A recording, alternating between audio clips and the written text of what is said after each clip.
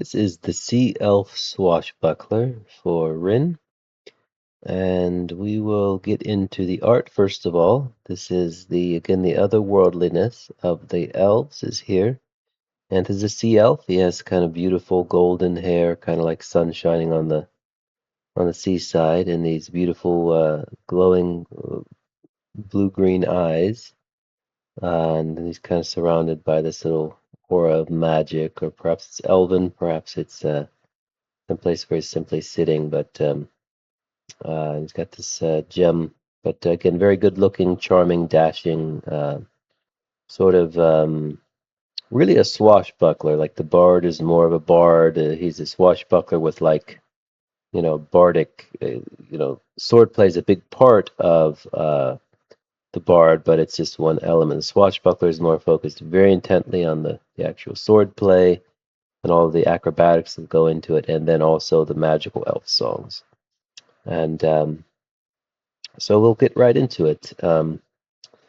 The strength and con range from bad, below average, to quite good. Agility is high, charisma high, intellect high. Again, the elves are sort of a very illumined race,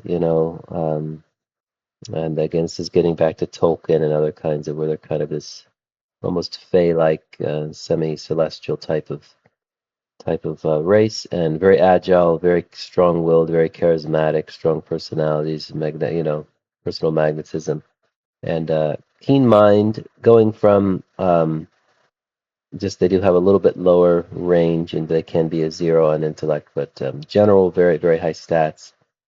And then as far as his hit point base, a little bit of strength, con, 2 times agility, 2 times charisma, 2 times intellect, and then 12. So a little bit on the lower end as far as a combat-oriented race, but still pretty solid. Probably like a little bit above average, but again, being an expanded class race, they advance more slowly, so they start with more overall. They're more powerful, and again, just that elf, sea elves. That's in a bunch of different fantasy ideas, but it's definitely a solid concept of these elves with these sea fortresses or maritime big. Again, elves and the other races, they're more gathered together into one big area. They're more monolithic. They're more secluded. These elf forests are far in. There's this elf realm. Kind of like, and you see that in Mirkwood, Lothlorien, and Tolkien. You see it in a lot of things. These reclusive elf fortresses that are sold in SLR and all that. It's definitely in there.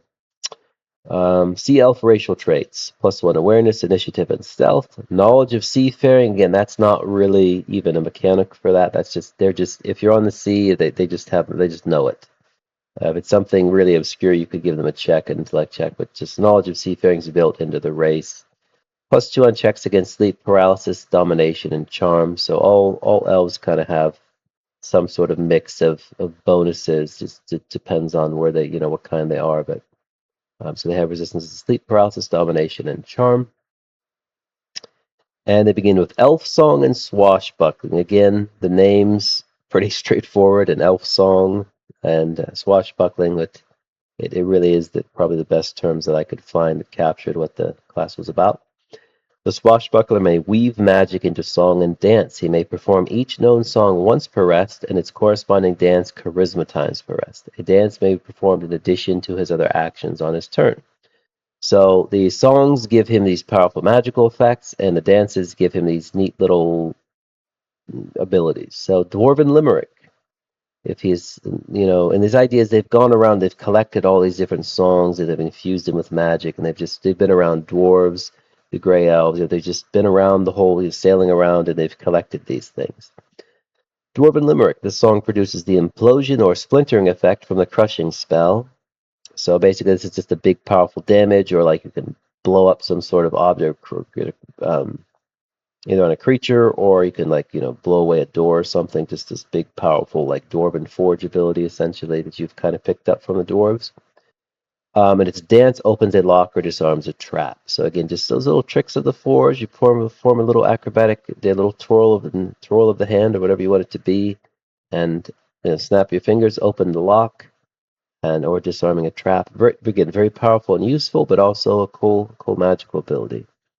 Grey Elven Elegy. The song casts the Fear spell with spell power, agility plus charisma, and its dance allows you to speak with the soul of a dead creature, much the way the Grey Elf Necromancer can.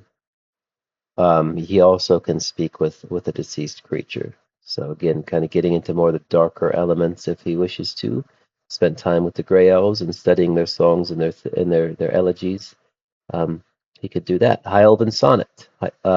Song allows the Swashbuckler to perform a Prayer of Wrath as the Paladin. So plus 2d8 damage, your con as a bonus to attack, and it becomes holy. It does double damage against undead and fiends. So again, if he has picked up the holy songs of the elves, if he's more connected to the divine, kind of the opposite of the Grey of an Elegy, he can do a Prayer of Wrath with his rapier, and he can also dance to end a fear, stun, or paralysis effect upon allies. So again, it doesn't have to necessarily be a dance, meaning something complex. Just be a little twirl of the rapier, look of the whatever you want it to be.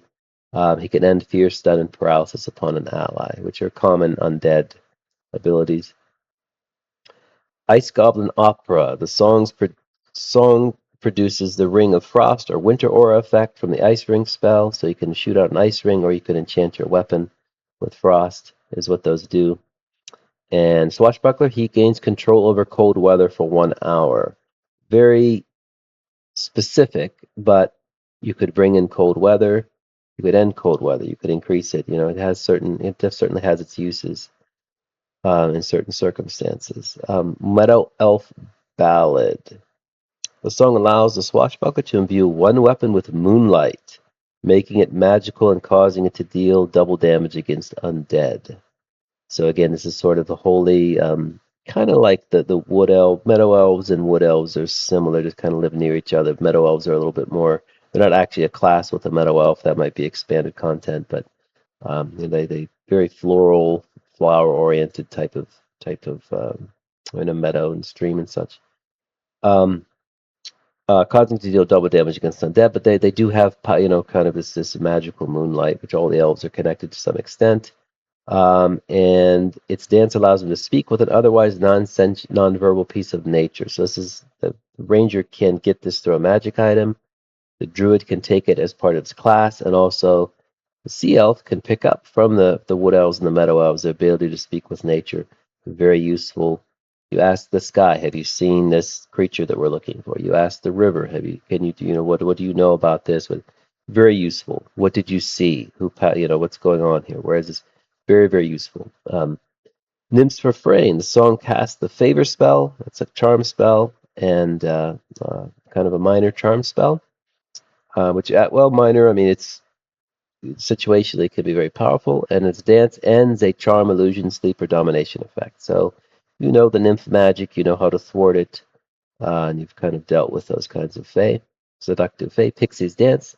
Song allows the Swashbuckler to grant himself and allies an extra attack per round for 1 hour. So this kind of hasting magic of the pixies, while its dance enables him to double his movement speed for 1 hour. So again, doubling movement speed can be quite useful situationally, but really gaining those extra attacks to grant himself and agility plus charisma ally. So again, you can soup up the party. It can be very powerful. Barbarian gets an extra attack. The warrior gets an extra attack. You get an extra attack. Very, very powerful. It lasts for 1 hour, so usually that's going to be one encounter, but, very, very powerful buff, actually. Sea Elf Shanty.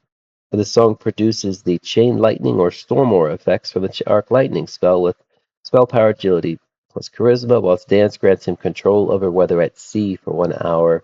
When you're sailing, very useful. My nephew used it on a sea voyage. Very, very helpful. And of course, shooting out arc lightning, it's a great ability. Just in battle, you shoot out a bunch of lightning, take out your enemies. It's a great ability. Sphinx's Riddle, my nephew's other favorite. This song produces the myth spinning spell. This is kind of produced a strange little myth that stupefies and injures creatures. If they're low intelligence, it actually stuns them. It's kind of a unique little ability.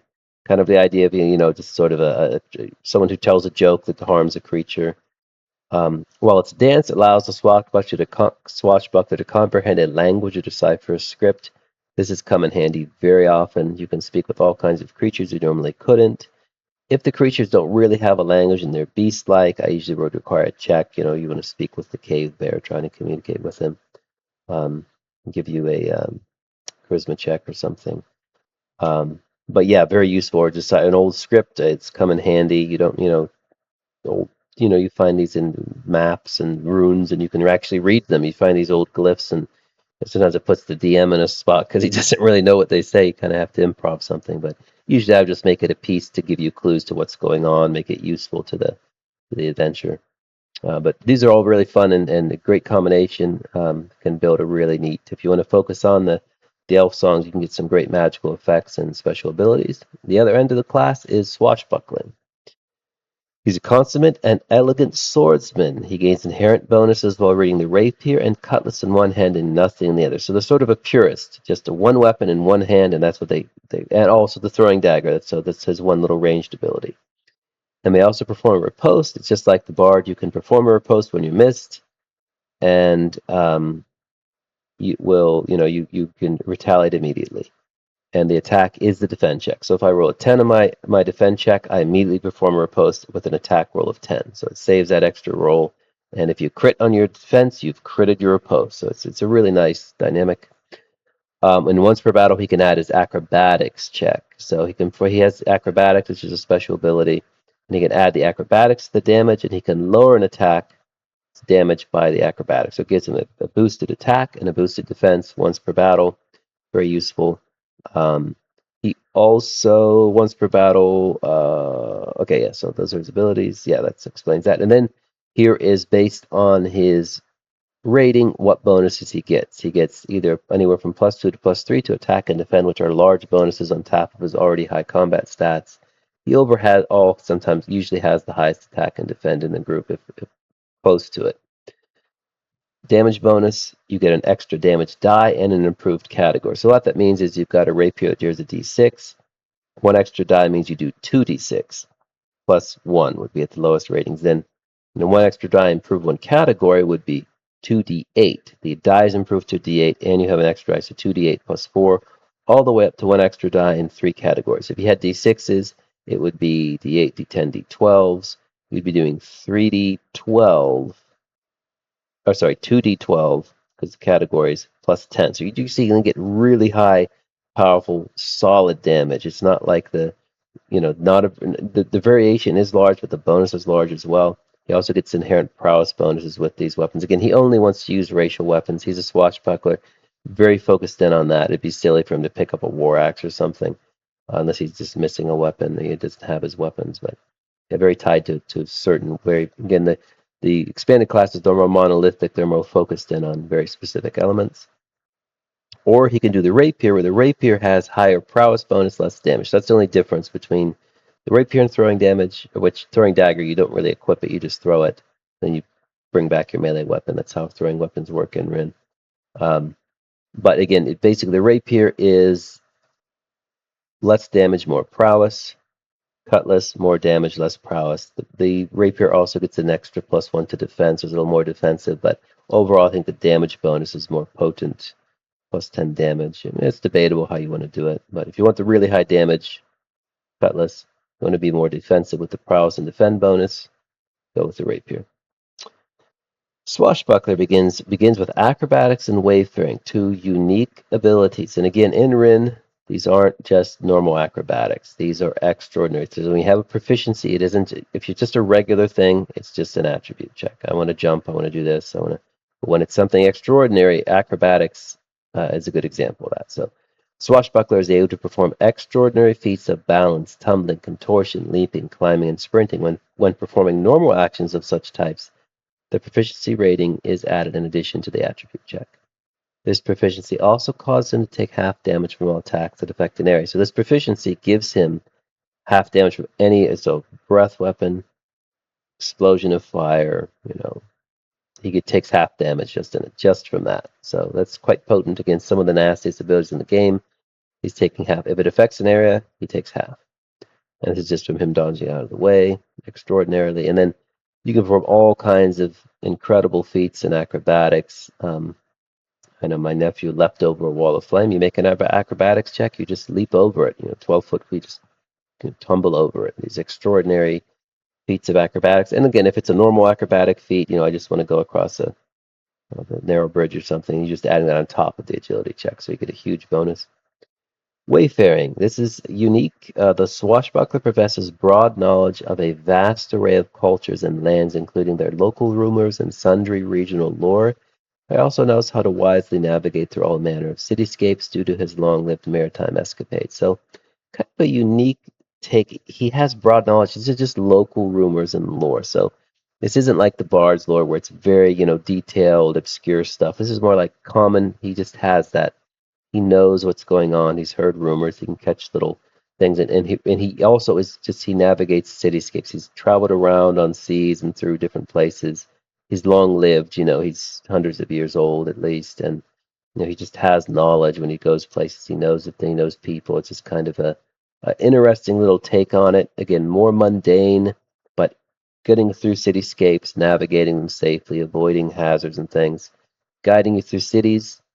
Just the Sea Elf Swashbuckler. He knows the tavern districts. He knows the wharfs. He knows the different figures, and at least a chance. He'd make a check to see if he's been here and he knows it. But if he rolls well, he's got the information you need. So it's again kind of an interesting take on just as an idea as a class. And then he gets, when leveling, he gains his level to hit point base. So again, low on hit point, relatively speaking, but he does get some really high prowess bonuses from his weapon. But generally on the lower end, but again, very powerful swashbuckling, very powerful elf songs, and quite potent. My one nephew, he's the bard, halfling burglar, Sea Elf Swashbuckler. That's his. Those fit him really well. He really loves those classes. It is almost kind of like a bard variant, more of a sword bard, I guess you could say. And then he gets 5 to 10 to his agility, 5 to 10 anything other than agility, 5 to 10 to the attribute of his choice. Again, standard kind of progression. 1 to your good stat, 1 to the non-good stat, 1 to anything. Features: Elf Song reaches 100, plus 12 hit point base, and every song can be performed twice. So now instead of 1 arc lightning, you're doing 2 per rest. Instead of 1 per breath, you can do 2. Instead of 1, these powerful magical abilities you can do them twice as often. And you get the hit point base, just kind of that magic is kind of seeped into you from the elf songs, and it gives you an inherent magical ward. Swashbuckling, again, plus 12 hit point base, and an extra attack per round. So now your very powerful swashbuckling attacks, as you've maxed it out, very high damage. You've got your riposte, and you have another attack per round. So you become very, very formidable in battle. And then as far as your proficiencies, same as, you increase them and you get D12s when they max out. And so that's it. That is the Sea Elf Swashbuckler.